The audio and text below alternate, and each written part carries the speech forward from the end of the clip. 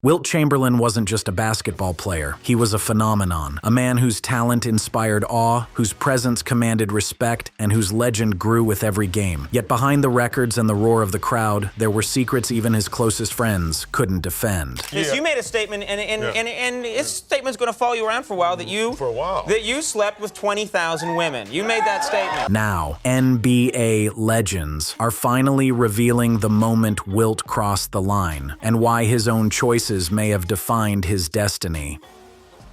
The 20,000 women controversy.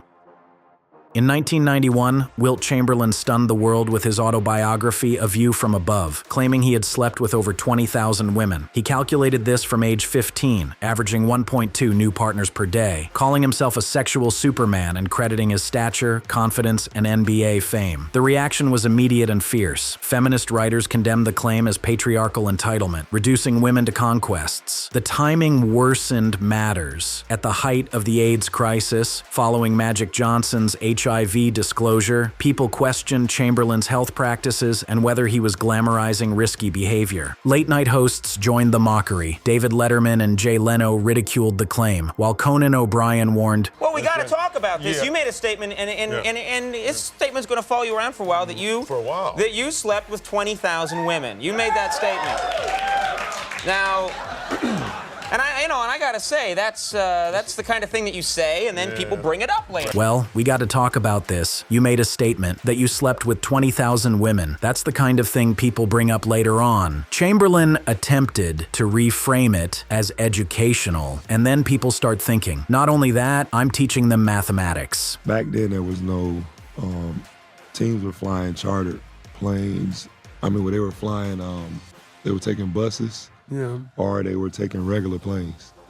When would he have time to meet how many women a day? 20 women a day to sleep with him. Listen, man, you make the time, Dwight. You make the time if it's a priority. Okay, but still, there's no way he could play basketball, practice, and sleep with 20 women a day. I don't think that we have enough inside of us to go out 20 times. Yet the controversy endured. Scholars, civil rights advocates, and the public debated the racial and social implications of his boast. Even modern NBA players like Dwight Howard expressed skepticism. There's no way he could play basketball, practice, and sleep with 20 women a day. Decades later, Elvira, the horror hostess, alleged sexual assault, recalling a party where their friendship ended violently. "I did not believe it was even happening. Obviously, I didn't report it because who's going to take the word of an out-of-work actress against a basketball superstar?" She questioned the famous claim, "Why non wana shari chariris ikrodias?" How many of those were actually consensual? Also, he had a book that he said he had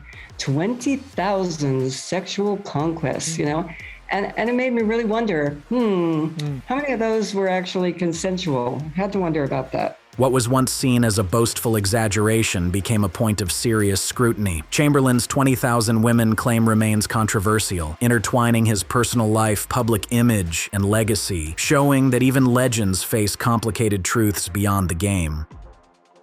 Rivalries and the selfish player narrative.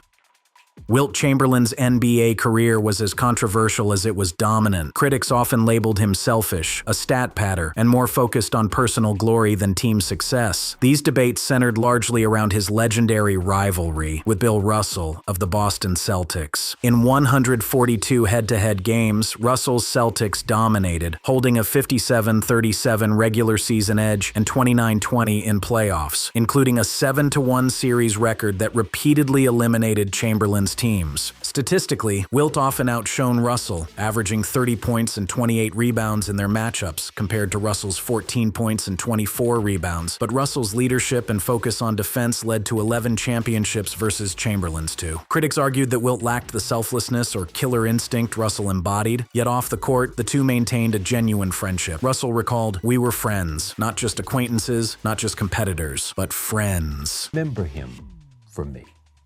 Okay. Well, now my memory, we'll have to go back to the fact that we were friends. Right. Friends. Yes. Not just acquaintances and not just competitors, but we're friends and we could talk about things. Chamberlain acknowledged public perception, saying, "People think we didn't like each other. If I'm a loser, then damn near everybody else was a loser too." Toughest thing for you playing against Wilt? I could never play him the same way 2 games in a row. because it would not work. So, through the whole against each other, every game was different. One of the points that Bill makes is that you played against each other so many times. That's very correct. Chamberlain's rivalry with Kareem Abdul-Jabbar evolved differently. Initially admired as my hero by a young Lou Alcindor, tensions grew in the 1970s. Chamberlain criticized Kareem for sitting out games, while Kareem questioned Wilt's work ethic, politics, and commentary. Accusations of stat padding also plagued Chamberlain's legacy. Teammates and coaches claimed he prioritized scoring over team play. He tried to counter this by leading the league in assists in 1968 and helping the 76ers win a title, but skeptics dismissed it as another record chase. Playoff performances drew further criticism. Wilt averaged 30.1 points in the regular season, but dropped to 22.5 in postseasons, a 25% decline. Despite these controversies, his dominance was undeniable. Even critics acknowledged Wilt's extraordinary athleticism, defensive prowess, and unmatched impact on the game, proving that legends can be complicated, flawed, and still unstoppable. Dominance that changed the game. Despite controversies surrounding his personal life and perceived selfishness, Wilt Chamberlain's athletic achievements remain unmatched. His dominance was so overwhelming that the NBA literally changed rules to counter him. Oscar Robertson, the Big O, said Wilt carried the NBA for years. I enjoyed Wilt because I knew Wilt very well, and Wilt was a big talker, you know. And Wilt was talking about what he's going to do and whatnot, but Wilt was putting on a show for people, you know. And Wilt carried the NBA for years. And I've always said this, that the year when Philadelphia moved out to San Francisco and Syracuse came down to Philly, Wilt averaged 50 points a game.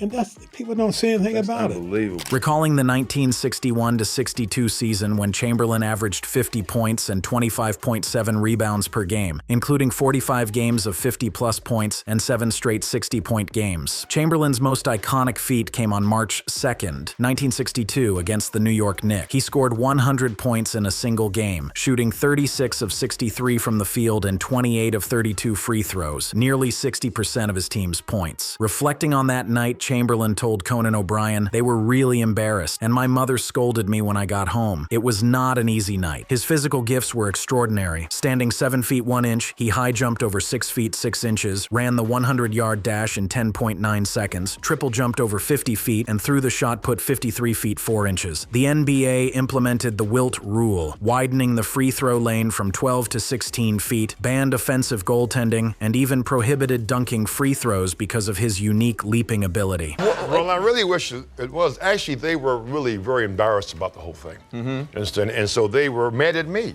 you know, and I was just out there trying to have fun. Did you start to, like, at 85 points, did you start to feel bad a little bit? Yeah, absolutely. And the people I'll just try and miss this one, 100 points. And I did that. I know. I did that. And my mother scolded me when I got home. You should be ashamed of yourself.